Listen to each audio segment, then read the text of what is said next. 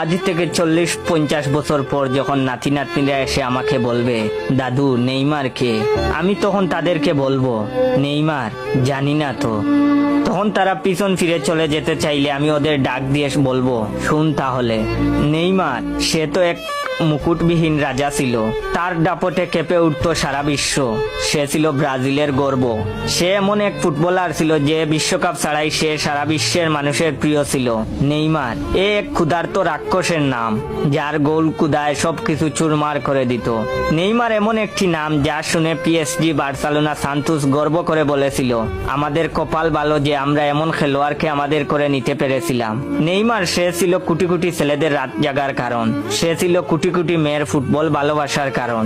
Neymar সে তো ব্রাজিলের Sao Paulo শহরের গর্বের নাম, মায়ের গর্বে আসা থেকে শুরু করে জীবনের শেষ সময় পর্যন্ত ইনজুরি নিয়ে লড়াই করা যোদ্ধার নাম। নেইমার সে যে কতটা ভালো বন্ধু তা বিশ্ব চ্যাম্পিয়ন মেসি ভালো বলতে পারবে। নেইমার মেসি, রোনালদোর মতো তারকার বীরে দূর থেকে জ্বলতে থাকা নক্ষত্র, কোটি কোটি ভক্তের কান্নার কারণ ওই নেইমার। সে ছিল ফুটবল ইতিহাসের এমন অভিনেতা যে কিনা দোষ না করেও দোষী হয়েছে। তার সাহস এতই ছিল যে ম্যাচ চলাকালীন সময়ে রেফারির কানে বল দিয়ে আঘাত করেছিল। এই সেই নেইমার।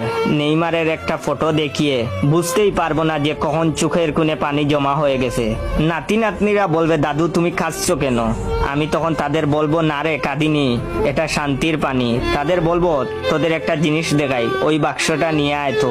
বাক্স খুলে দেখাবো নেইমারের সাথে তোলা ছবি আর নেইমারের স্বাক্ষরিত একটা হলুদ রঙের জার্সি। জানি না এমন হবে কিনা, তবে আশায় থাকবো একদিন আমার স্বপ্ন পূরণ হবে।